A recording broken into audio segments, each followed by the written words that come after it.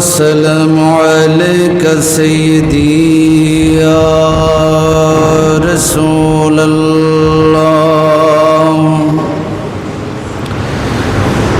الصلاة والسلام عليك سيدي يا حبيب الله وعلى آلك وصحابك سيدي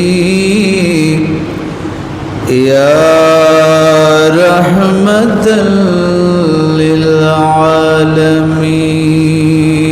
للعالمين أعوذ بالله السميع العليم من الشيطان الرجيم بسم الله الرحمن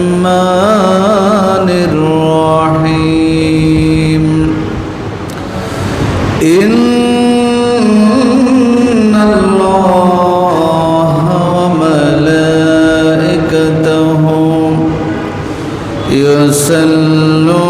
يصلون على النبي يا أيها الذين آمنوا صلوا عليه وسلموا تسليما صلى الله على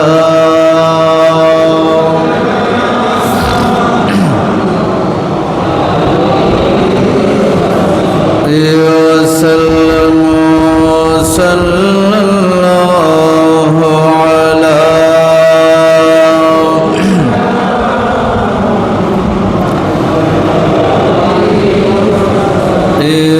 وسلم صلى الله على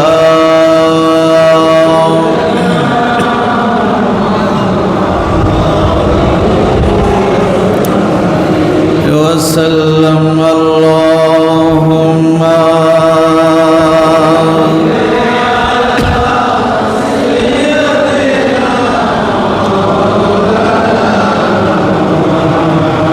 وعلى آل سيدنا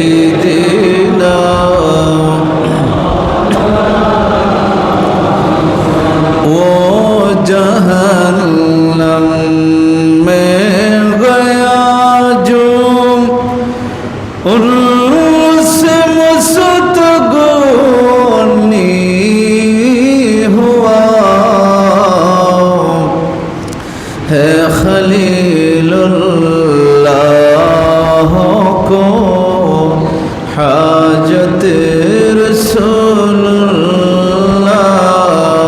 की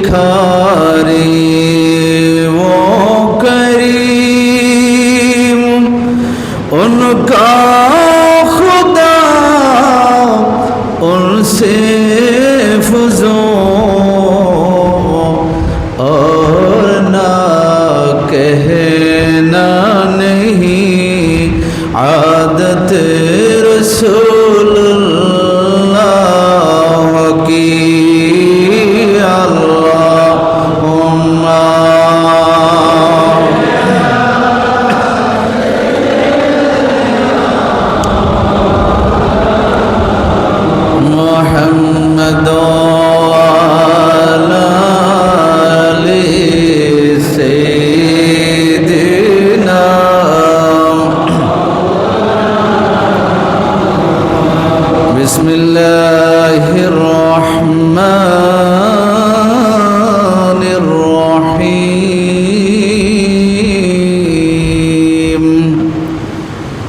إني وجهت وجهي للذي فطر السماوات والأرض حنيفا وما أنا من المشركين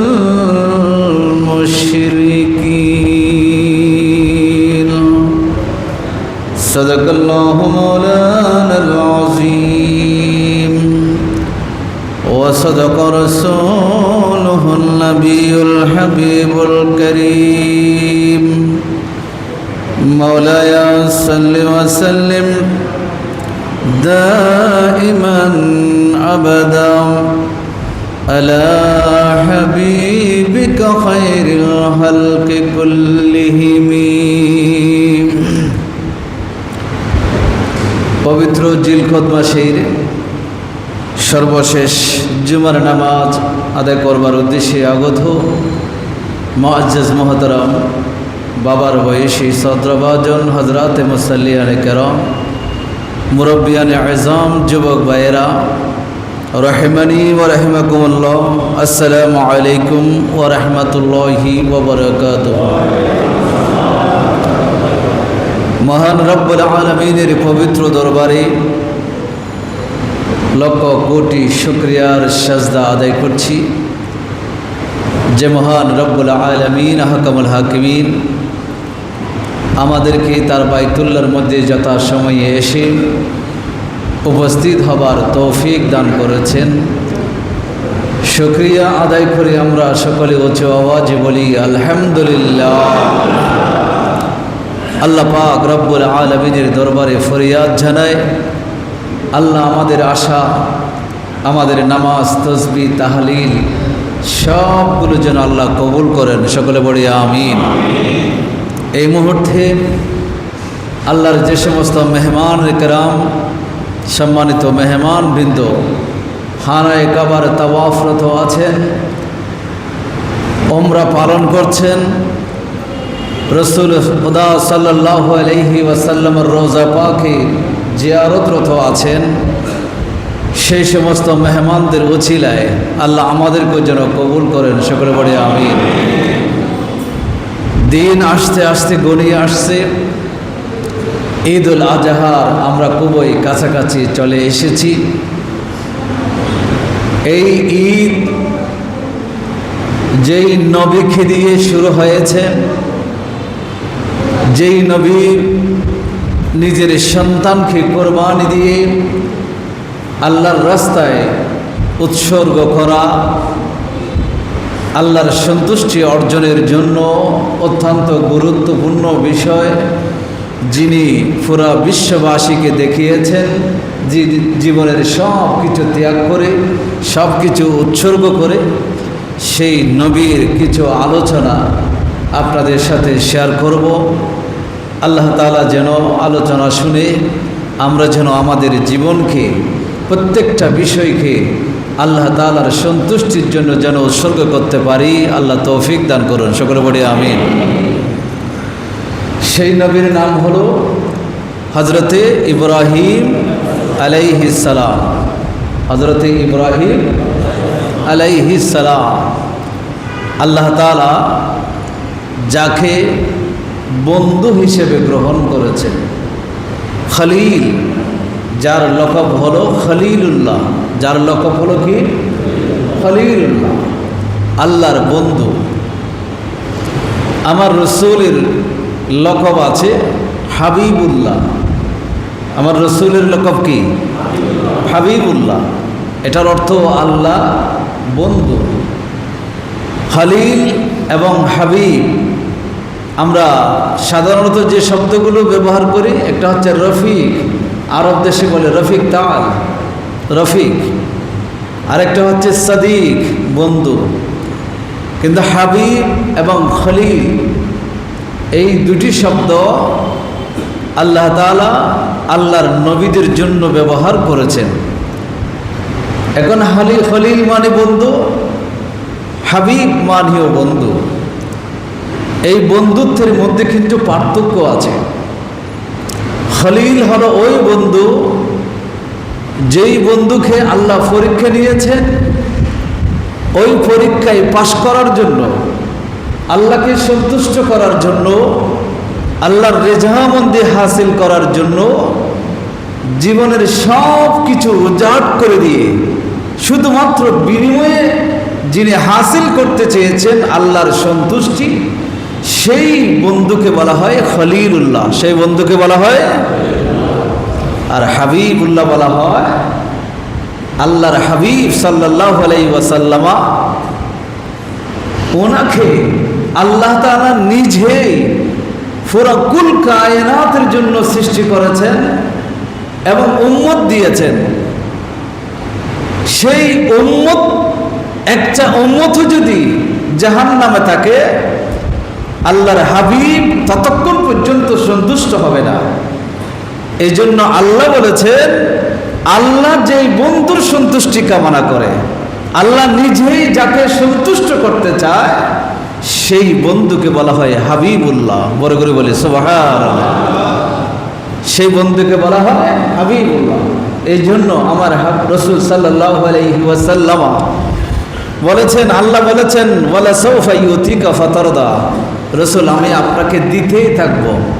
আমার রাসূল বলেন যে ততক্ষণ পর্যন্ত আমি রাজি হব না যতক্ষণ পর্যন্ত আমার কোনো গুনাহগার উম্মত জাহান্নামে থাকবে, সেই জাহান্নাম থেকে মুক্ত করে জান্নাতে নিয়ে যেতে পারবো না, ততক্ষণ পর্যন্ত আমি রাসূল আল্লাহর দেওয়ার উপরে সন্তুষ্ট হব না। বড় করে বলে সুবহানাল্লাহ।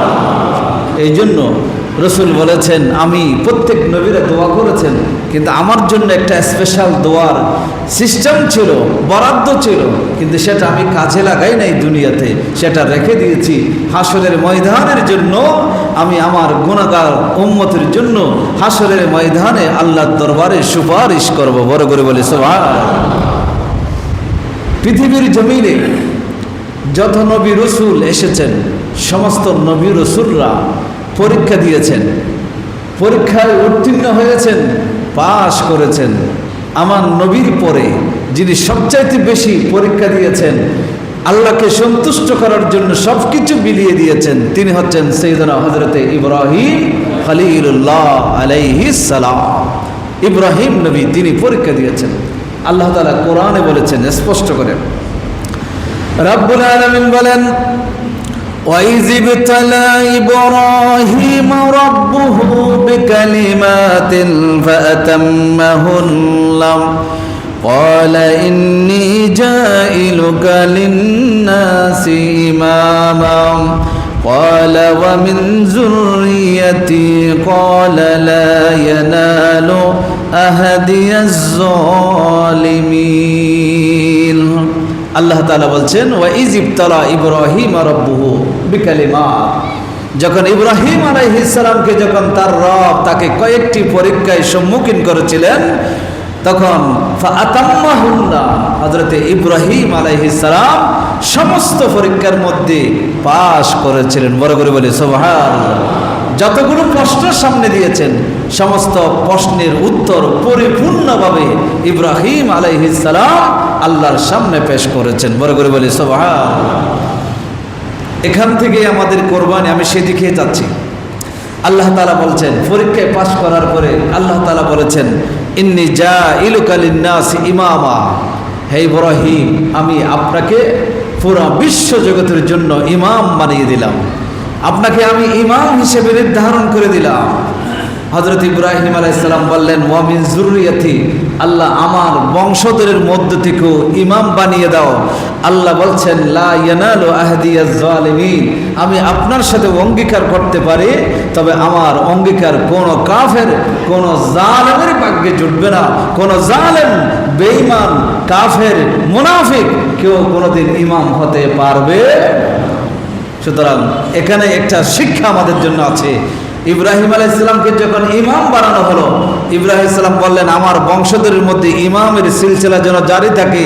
আল্লাহ বলতেছেন সিলসিলা জারি রাখবো, তবে যারা বেঈমান হবে তাদের মধ্যে তো ইমামতি থাকবে না, যারা জালেম হবে অপরের উপর জুলুম করবে তাদের মধ্যে সেই ইমামতি থাকবে না, যারা মুনাফিক হবে তাদের মধ্যে সেই ইমামতি থাকবে না, যারা সত্যিকারের ইমানদার হবে তাদের মধ্যে সেই ইমামতি কিয়ামত পর্যন্ত আমি জারি রাখবো। বড় করে বলে সুবহানাল্লাহ। এই জন্য ইমাম হওয়ার জন্য ইমানদার হতে হয়। কি হতে হয়? আজকে মসজিদে এখানে যদি একজন মুনাফিক সুদখোর টাই শুট ফরা একজনকে যদি এখানে এসে বলি যে আপনি তো সূরা ফাতিহা পড়তে পারেন, সূরা নাস ফালাক পড়তে পারেন, ইমামতি করেন, আপনারা মেনে নেবেন? কথা বলেন না, মানবেন? মানবেন না। ঘুষখোর সুদখোর একে যদি ইমাম হিসেবে এখানে দাঁড় করাই দিয়ে আপনারা মানবেন না। অথচ ফিকহি কিতাবে বলা হচ্ছে এটা হচ্ছে ছোট ইমাম। ছোট্ট ইমাম, এই ইমামতি আমরা যারা করছি এটা হচ্ছে ছোট্ট ইমামতি। আর রাষ্ট্রের প্রধান হওয়া এটা হচ্ছে সবচেয়ে বড় ইমামতি। তো ছোট্ট ইমামতিতে যদি আপনি একজন সাধারণ এই ধরনের মানুষকে, যার কালচার ঠিক নাই, যার চরিত্র ঠিক নাই, এটাকে যদি আপনি মানতে না পারেন তাহলে রাষ্ট্রপ্রধান যিনি হচ্ছেন সেই ইমামকে আপনি কিভাবে মেনে নিচ্ছেন? এই জন্য মুমিন যদি আপনি হয়ে থাকেন আপনার সেই চিন্তা করা দরকার, ছোট্ট মসজিদের ইমামতি যাকে দিয়ে আমি করাতে পারি না, ছোট্ট ইমামতি 4 রাকাত নামাজ পড়ার জন্য যাকে দায়িত্ব দিতে পারি না, তাকে আমি রাষ্ট্রের দায়িত্ব কিভাবে দিব? এটা কখনো সম্ভব নয়। আর যদি সেটা দিয়ে থাকেন তাহলে জুলুমের জন্য অপেক্ষা করতে হবে, অন্যায়ের জন্য অপেক্ষা করতে হবে, ওয়াদা খেলাফের জন্য অপেক্ষা করতে হবে। এই ইমামতি আল্লাহ তাআলা ইব্রাহিম আলাইহিস সালামকে দিয়েছেন, ইব্রাহিম আলাইহিস সালামের বংশধর ইসমাইল আলাইহিস সালামকে দিয়েছেন, ইসমাইল আলাইহিস সালামের মাধ্যমে বংশ পরস্পর আমার নবীকে দিয়েছেন, নবীর ওয়ারিসদেরকে দিয়েছেন। কিয়ামত পর্যন্ত সেই ইমামতি, সত্যিকারের ইমামতি সেই নবীর ওয়ারিসদের মধ্যে থাকবে। এক কথায় যারা মুত্তাকি হবে, যারা পরহেজগার হবে, যারা মাদ্রাসায় পড়তে হবে এমন কোনো কথা নয়, কিন্তু আল্লাহ ওয়ালা মুত্তাকি যদি সে হতে পারে সেই ইমামতের কি হবে? হকদার হবে, সেই নেতৃত্বের হকদার হবে। আমি একথা বলতে চাই না যারা রাষ্ট্রে আছে তারা ইমামতের হকদার নয়, সেটা বলতে চাচ্ছি না। আমি বলতে চাই যারা রাষ্ট্রে আছে, যারা সমাজের সমাজপতি আছে, যারা নেতৃত্বে আছে, তাদেরকে সেই তাকওয়া অর্জন করা তাদের জন্য কি রয়েছে? ফরজ রয়েছে। যাতে এমন আপনি তাকওয়াবান হন যাতে মসজিদেও যদি কোনো ইমাম না থাকে সেখানেও যেন আপনি দাঁড়িয়ে কি করতে পারেন? ইমামতি করতে পারেন। এই যোগ্যতা আমাদের সকলের অর্জন করা দরকার, আছে না নাই? আল্লাহ তৌফিক দান করুন, সকলে বলে আমিন। আমি কথা সেদিকে ইচ্ছা ছিল না, চলে এসেছে। হযরত ইব্রাহিম আলাইহিস সালাম আল্লাহ তাআলা যে পরীক্ষা দিয়েছিলেন কিতাবের মধ্যে এসেছে 5টি বড় বড় পরীক্ষা ইব্রাহিম আলাইহিস সালামকে আল্লাহ তাআলা ইব্রাহিম আলাইহিস সালাম থেকে গ্রহণ করেছিলেন। 1 নম্বরে যে পরীক্ষাটা ছিল সবচেয়ে বড় পরীক্ষা, তিনি সর্বপ্রথম দেখলেন তার কওমের কাছে, ইরাকে তার জন্ম, সেই ইরাকের মধ্যে নমরুদ নামক একজন পাপিষ্ঠ জালেম ছিল, বেঈমান ছিল, খোদাদ্রোহী শত্রু ছিল, খোদাদ্রোহী একজন ব্যক্তি ছিল। হযরত ইব্রাহিম আলাইহিস সালামকে সর্বপ্রথম আল্লাহ বলেন এই জাতিকে আপনি হেদায়েত দান করুন, এই জাতির কাছে ইসলামের দাওয়াত দিন, এই জাতির কাছে ঈমানের দাওয়াত দিন, এই জাতির কাছে আমি আল্লাহর একত্ববাদের দাওয়াত পৌঁছিয়ে দিন। এই জাতির কাছে অন্যায় আছে, জুলুম আছে, এগুলো ওই জাতি থেকে বিতাড়িত করার আপনি চেষ্টা করুন। হযরত ইব্রাহিম আলাইহিস সালাম সেই মানুষগুলোর কাছে গিয়েছেন। মানুষগুলোর কাছে যাওয়ার পরে সেই মানুষগুলোকে দেখতে পেলেন তারা পাথরের মূর্তি বানিয়ে পূজা করে, তারা গাছের মূর্তি বানিয়ে পূজা করে, তারা গাছের বাঁশের মূর্তি বানিয়ে পূজা করে, তারা ওই নমরুদকে পূজা করে। কিন্তু যেই খোদার কথা, যেই এক আল্লাহর কথা ইব্রাহিম আলাইহিস সালাম ঘোষণা দিচ্ছেন, সেই আল্লাহর কথা তারা মানতে চায়। এই জন্য হযরত ইব্রাহিম আলাইহিস সালাম সর্বপ্রথম তারা দেখে তারকা পূজা করে, তারা চন্দ্রের পূজা করে, সূর্যের পূজা করে। তখন ইব্রাহিম আলাইহিস সালাম তাদেরকে বোঝানোর জন্য তাদের কাতারে নেমে গেলেন। বলে তোমরা যেই তারকারাজিকে পূজা করো, দেখি সেই তারকারাজি খোদা হতে পারে কিনা। আল্লাহর কোরআন বলছেন, فلما جن عليه الليل رأى كوكبا قال هذا ربي فلما أفلا قال لا أحب الآفلين। হযরত ইব্রাহিম আলাইহিস সালাম সেই জাতির সামনে জাতির কাতারে নেমে গেলেন, তাদের মাঝে মিশে গেলেন। বলো তোমরা আকাশের নক্ষত্রকে পূজা করো, আল্লাহ মানো, দেখি সেই আল্লাহ কেমন। রাত যখন গভীর হলো, সেই চকচকে তারকা যখন উদিত হলো, উজ্জ্বল তারকা যখন উদিত হলো, ইব্রাহিম আলাইহিস সালাম তাদের ভাষায় বললেন, হাযা রব্বি, হয়তো এটাই আমার রব হতে পারে, এটা আমার রব হতে পারে। এটা হচ্ছে তাদের ভাষায়, ইব্রাহিম ইসলাম নিজ থেকে বলছেন না, এটা তাদেরকে বোঝানোর জন্য বলছে, হ্যাঁ তোমরা যেটাকে রব মানতেছ, হ্যাঁ এটা এত উজ্জ্বল একটা নক্ষত্র, এত সুন্দর, হইতে পারে এটাই হয়ে আমার রব হতে পারে। ফালাম্মা আফালা, আল্লাহর কোরআন বলছেন, সেই নক্ষত্র যখন গায়েব হয়ে গেল, অদৃশ্য হয়ে গেল, কলাম ইব্রাহিম আলাইহিস সালাম বললেন, লা উহিব্বুল আফিলিন, যেই জিনিসটা নিজে উদিত হয়ে এবং ওই উদিত হওয়া অবস্থায় যারা তার ইবাদত করে, তার বান্দাগুলোকে দুনিয়াতে রেখে, বান্দাগুলোকে অন্ধকারে রেখে যেই সেই উজ্জ্বল তারকাটা আবার হারিয়ে যায়, যেটা নিজের অস্তিত্ব ধরে রাখতে পারে না, বান্দার খোঁজ খবর রাখে না, সেটা কখনো কোনোদিন খোদা হতে পারে না। সেটা আল্লাহ হতে পারে, যেটা কিছুক্ষণ আগে উদয় হলো, সবাই আল্লাহ হিসেবে, খোদা হিসেবে, রব হিসেবে সবাই পূজা করলা, কিন্তু তোমরা যারা পূজা দিয়েছো, তোমরা যারা তার ইবাদত করেছো, সেই তারকাটা তোমাদেরকে রেখে সেই তারকা কি হয়ে গেছে, গায়েব হয়ে গেছে। তো যেটা এরকম গায়েব হয়ে যায়, ইব্রাহিম আলাইহিস সালাম তাদেরকে যুক্তি দিয়ে বুঝালেন, বলে সেটা কখনো খোদা হতে পারে। এটা এই যে তাদের কাছে কিভাবে ইসলাম প্রচার করছে। এরপরে দ্বিতীয় নম্বর, কিছুক্ষণ পরে দেখলেন চন্দ্র উদিত হয়। আল্লাহ কোরআন বলছেন, ফালাম্মা রাআল কামারা বাযিগান ক্বালা হাযা রাব্বি ফালাম্মা ফালাম ক্বালা লা ইল্লাম ইয়াহদিনি রাব্বি লা আকুনান্না মিনাল কওমিদ দাল্লিন। ইব্রাহিম আলাইহিস সালাম বললেন, যখন আকাশের চন্দ্রকে দেখতে পেলেন, খুবই উজ্জ্বল, খুব সুন্দর চকচকে 14 তারিখের পূর্ণিমার চাঁদ যখন দেখতে পেলেন, বললেন, ক্বালা হাযা রাব্বি। ইব্রাহিম আলাইহিস সালাম বলেন, হ্যাঁ এটা হতে পারে আমাদের রব, এটা হতে পারে আমাদের রব, এটা আগেরটার চেয়ে বেশি উজ্জ্বল, সুন্দর এবং বড়। ক্বালা ফালাম্মা আফালা ক্বালা লা ইল্লাম ইয়াহদিনি রাব্বি লা আকুনান্না মিনাল কওমিদ দাল্লিন। যখন সেই চন্দ্রটা কয়েক ঘন্টা পর যখন অস্তমিত হয়ে গেল, অন্ধকারে হারিয়ে গেল, বান্দাগুলোকে আপন জায়গায় রেখে চলে গেল, ইব্রাহিম আলাইহিস সালাম বললেন, হে আমার কওম শুনো, যে চন্দ্রের ইবাদত তোমরা করেছো, সে চন্দ্র যদি তোমাদের খোদা হতো, তোমাদের সাথে থাকতো, সেই চন্দ্র তোমাদেরকে দেখে জমিনে রেখে সেটা অস্তিত্ব হারিয়ে গেছে, সেটা বিলীন হয়ে গেছে। সুতরাং যেটা বিলীন হয়ে যায় সেটা খোদা হতে পারে না। আর তোমাদের কথা যদি আমি বিশ্বাস করতাম, লা কুনান্না মিনাল কওমিদ দাল্লিন, তাহলে আমি ইব্রাহিম পথভ্রষ্ট জাতির অন্তর্ভুক্ত হয়ে যেতাম। এই কথা বলে ইব্রাহিম আলাইহিস সালাম চন্দ্র খোদা হতে পারে না সেটা তাদেরকে যুক্তি দিয়ে বুঝালেন।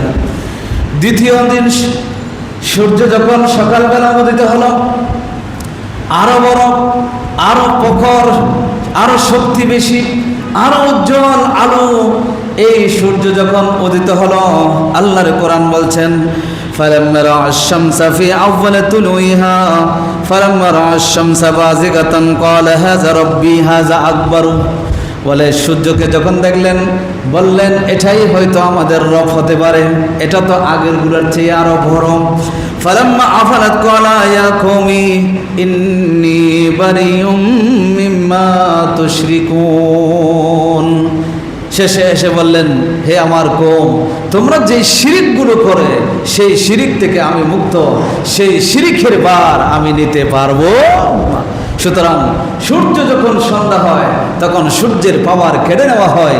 সুতরাং সেই সূর্য সারাদিন বান্দাগুলোকে কত জ্বালা জ্বালিয়েছে, কত প্রখরতা দিয়েছে, কত উষ্ণতা দিয়েছে, গরম দিয়েছে। মানুষ ঘরের মধ্যে থাকতে না পারে ছাতা ব্যবহার করেছে, গাছের ছায়া ব্যবহার করেছে, পানি ব্যবহার করেছে, এসির বাতাসের মধ্যে বসে রয়েছে। অথচ সন্ধ্যা যখন হলো সাথে সাথে সেই সূর্যের পাওয়ার, যেই মহান রব যিনি আছেন, সব কিছুর নিয়ন্ত্রণকারী যিনি আছেন, তিনি সেই সূর্য থেকে কেড়ে নিয়েছেন। সুতরাং যার পাওয়ার কিছুক্ষণের জন্য আসে, কিছুক্ষণের জন্য চলে যায়, সেটা কোনোদিন আমাদের রব হতে পারে। এই কথা বলেই সেই জাতিকে সেই কথা বুঝাই দিলেন। বুঝিয়ে দেওয়ার পরে হযরত ইব্রাহিম আলাইহিস সালাম দোয়া করলেন, পড়তে লাগলেন।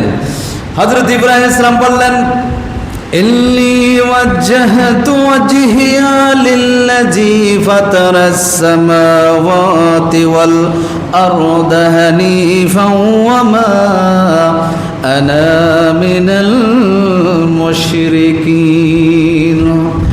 ইব্রাহিম আলাইহিস সালাম সাথে সাথে বললেন, ইন্নী ওয়াজ্জাহতু ওয়াজহিয়া, আমি আমার মুখমণ্ডলটাকে ধাবিত করছি, মনোনিবেশ করছি, আমার সব কিছুকে মনোনিবেশ করছি ওই আল্লাহর জন্য। লিল্লাযী ফাতারাস সামাওয়াতি ওয়াল আরদ, যিনি আসমান জমিন চন্দ্র সূর্য নক্ষত্র সব কিছুকে যিনি সৃষ্টি করেছেন, সে আল্লাহর জন্য মনোনিবেশ করছি।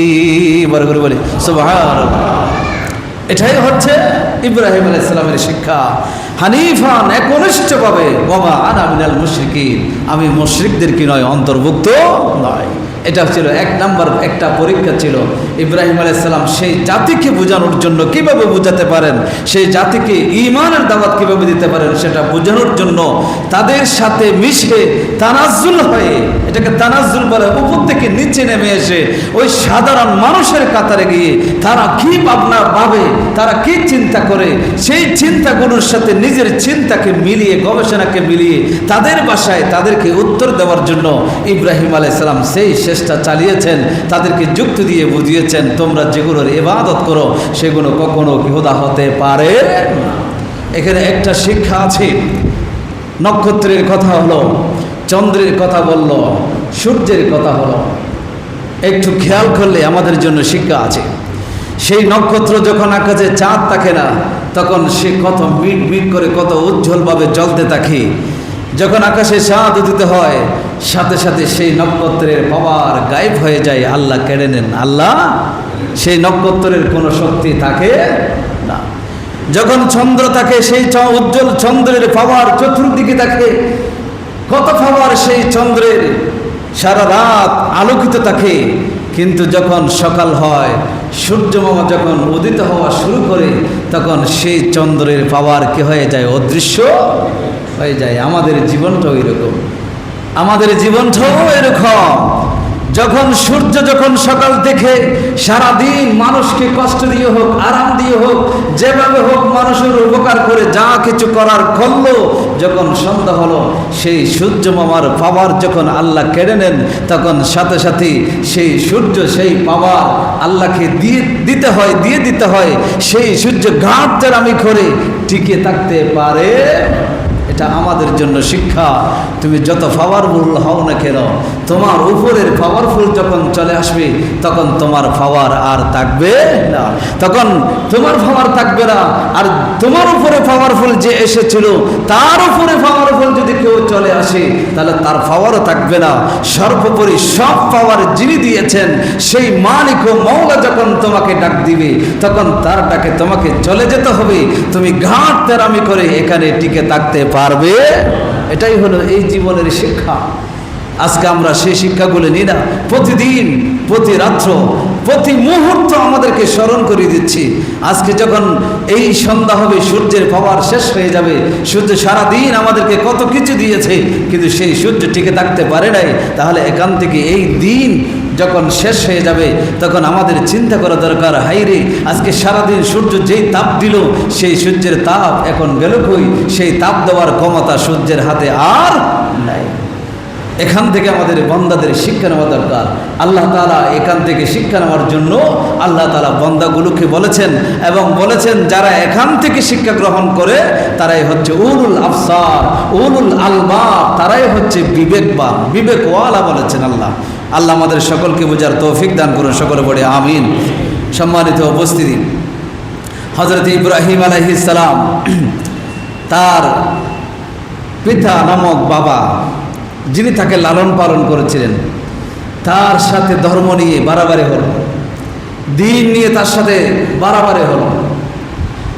এই আজহর নামক সেই চাচা, যাকে কোরআনের মধ্যে বাবা বলা হয়েছে, পিতা হিসেবে সম্বোধন করা হয়েছে, তার সাথে দিন নিয়ে কি হলো, দ্বন্দ্ব হলো।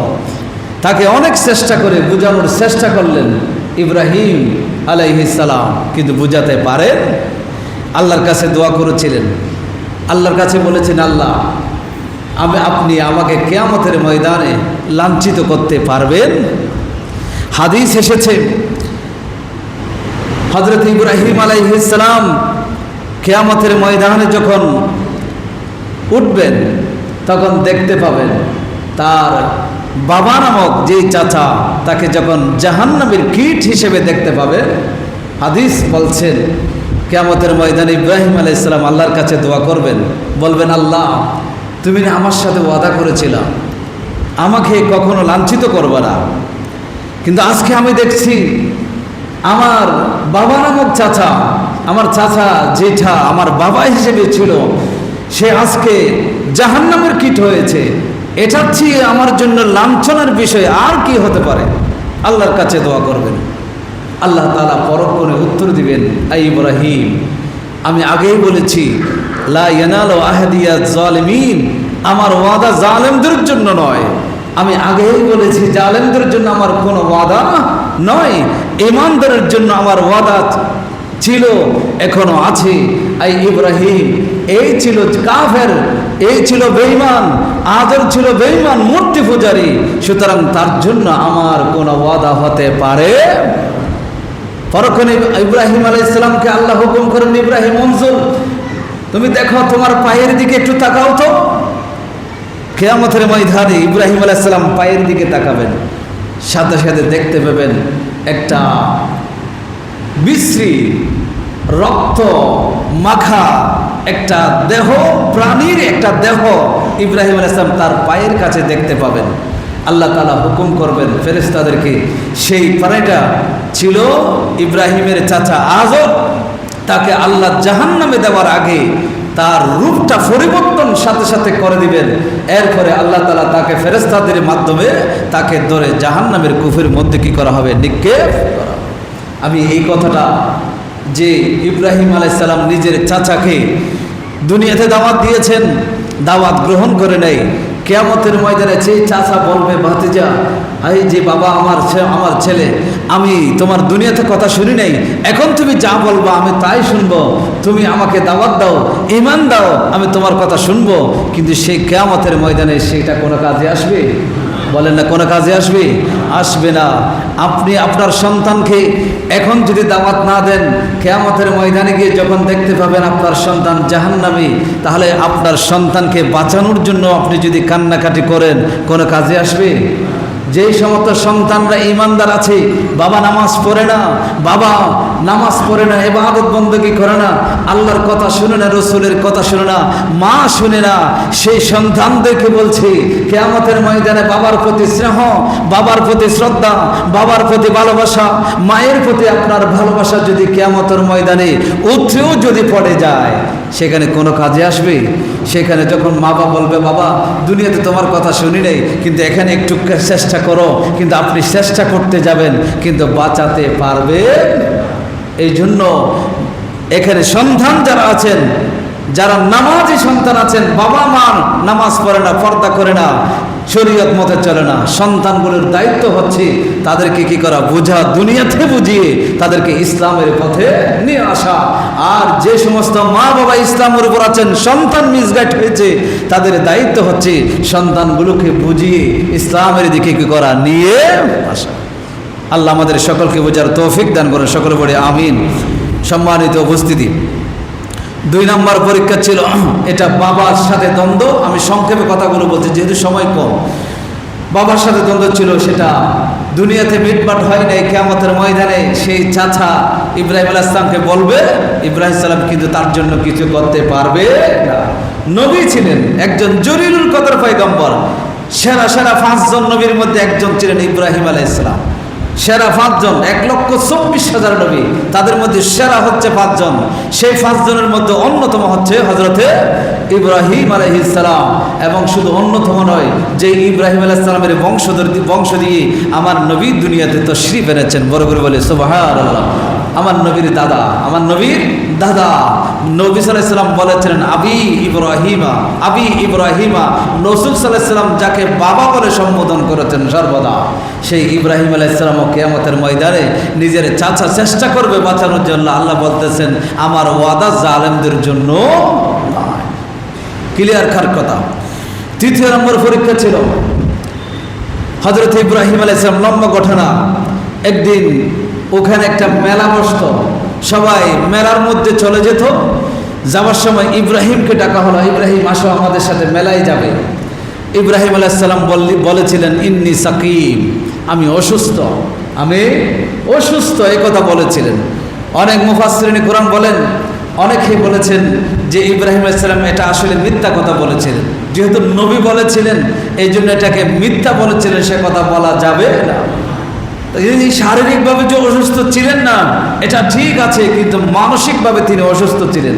সেটা হচ্ছে কি, আমি আমার কওমকে ঈমানের দাওয়াত দিয়েছি, আমার কওমকে তাওহীদের দাওয়াত দিয়েছি, রিসালাতের দাওয়াত দিচ্ছি, কিন্তু আমার কওম আমার কথা মানছে না, আমার কথা বিশ্বাস করছে না। এই টেনশনও ছিলেন, মানসিকভাবে বিপর্যস্ত ছিলেন। এই জন্য ইব্রাহিম আলাইহিস সালাম বললেন ইন্নী সাকিম, আমি অসুস্থ, আমি যেতে পারবো না। সবাই মেলাতে চলে গেল। ইব্রাহিম আলাইহিস সালাম তাদের সেই মূর্তি পূজার মন্দিরে প্রবেশ করলো। প্রবেশ করার পরে একটা কুড়াল হাতে নিলেন, একটা একটা করে সমস্ত মূর্তিগুলোকে ভেঙে দিলেন। ভেঙে দেওয়ার পরে বড় মূর্তি যেটা ছিল সেটার কাঁধের মধ্যে ইব্রাহিম আলাইহিস সালাম কুড়ালটা রেখে দিলেন। ওরা যখন মেলা থেকে আসলো, দেখলো তাদের সব মূর্তি শেষ। তারা পরামর্শ করলো, বলে যে না, এই কাজ কেউ করতে পারে না, এটা ইব্রাহিম করতে পারে, কারণ ইব্রাহিম আমাদেরকে এই মূর্তির পূজা না করতে বলেছিলেন, আর সেই এখানে ছিল, সে আমাদের সাথে মেলায় যায় নাই। তখন তারা তার কাছে গেল। ইব্রাহিম আলাইহিস সালামের কাছে যখন গেলেন, ইব্রাহিম আলাইহিস সালাম বলে আমাকে কেন জিজ্ঞেস করছো? তোমরা তোমাদের যে বড় মূর্তি যার কাঁধের উপর কুড়াল আছে তাকে তোমরা কি করো, জিজ্ঞেস করো। তখন তারা বলতে লাগলো মূর্তি তো কথা বলতে পারে না, এরা তো কথা বলতে পারে না। তখন ইব্রাহিম আলাইহিস সালাম বলেছিলেন যে তোমরা এমন মূর্তির পূজা কেন করো যেটা লা ইয়ানফাউ ওয়ালা ইয়াদুররু ওয়ালা ইয়াতাকাল্লামু, যেটা কারো উপকার করতে পারে না, কারো ক্ষতিও করতে পারে না, কাউকে রক্ষা করতে পারে না, কথা বলতে পারে না, সেই মূর্তির পূজা কেন তোমরা করো? এইভাবে যুক্তি দিয়ে হযরত ইব্রাহিম আলাইহিস সালাম যখন তাদেরকে পরাস্ত করল, তিনি যখন তাদেরকে পরাস্ত করলেন, তখন তারা সিদ্ধান্ত নিল হযরত ইব্রাহিম আলাইহিস সালামকে আগুনে পুড়িয়ে মারা হবে। তখন অনেকগুলো কাঠ জোগাড় করা হলো, আগুন প্রজ্বলিত করা হলো। কত আগুন ছিল কিতাবের মধ্যে এসেছে, সেই আগুনের উপর দিয়ে যদি কোনো পাখি যদি উড়ে যেত, সেই আগুনের তাপে সেই পাখিটা বেহুশ হয়ে আকাশ থেকে জমিনে পড়ে যেত। এবার চিন্তা করে দেখেন তো কত তাপ ছিল, কি পরিমাণ আগুন তারা প্রজ্বলিত করেছিল। হযরত ইব্রাহিম আলাইহিস সালামকে সেখানে নিক্ষেপ করার চেষ্টা করা হলো। তারা কোনোমতে ইব্রাহিম আলাইহিস সালামকে সেখানে ফেলতে পারে না, আগুনের কুণ্ডলিতে নিক্ষেপ করতে পারে না। তখন মানুষের রূপ নিয়ে এক বুড়া মানুষ আসলো, শয়তান মানুষের রূপ ধারণ করে এসে বলতে লাগলো, তোমরা এখানে যদি নারী পুরুষ উলঙ্গভাবে ব্যভিচারে যদি লিপ্ত হও, তাহলে তোমরা ইব্রাহিমকে সেই আগুনের কুণ্ডলিতে তোমরা নিক্ষেপ করতে পারবে। বলে করে বলি নাউযুবিল্লাহ। নারী পুরুষ অবাধে তোমরা যখন ব্যভিচারে লিপ্ত হবে, তখন তোমরা ইব্রাহিমকে ওখানে ফেলতে পারবে। কারণ ছিল ফেরেশতারা ইব্রাহিম আলাইহিস সালামকে ধরে রেখেছিল, এই জন্য সেই নমরুদের সৈন্যবাহিনী হাজার চেষ্টা করে ইব্রাহিমকে আগুনের মধ্যে নিক্ষেপ করতে পারছে না।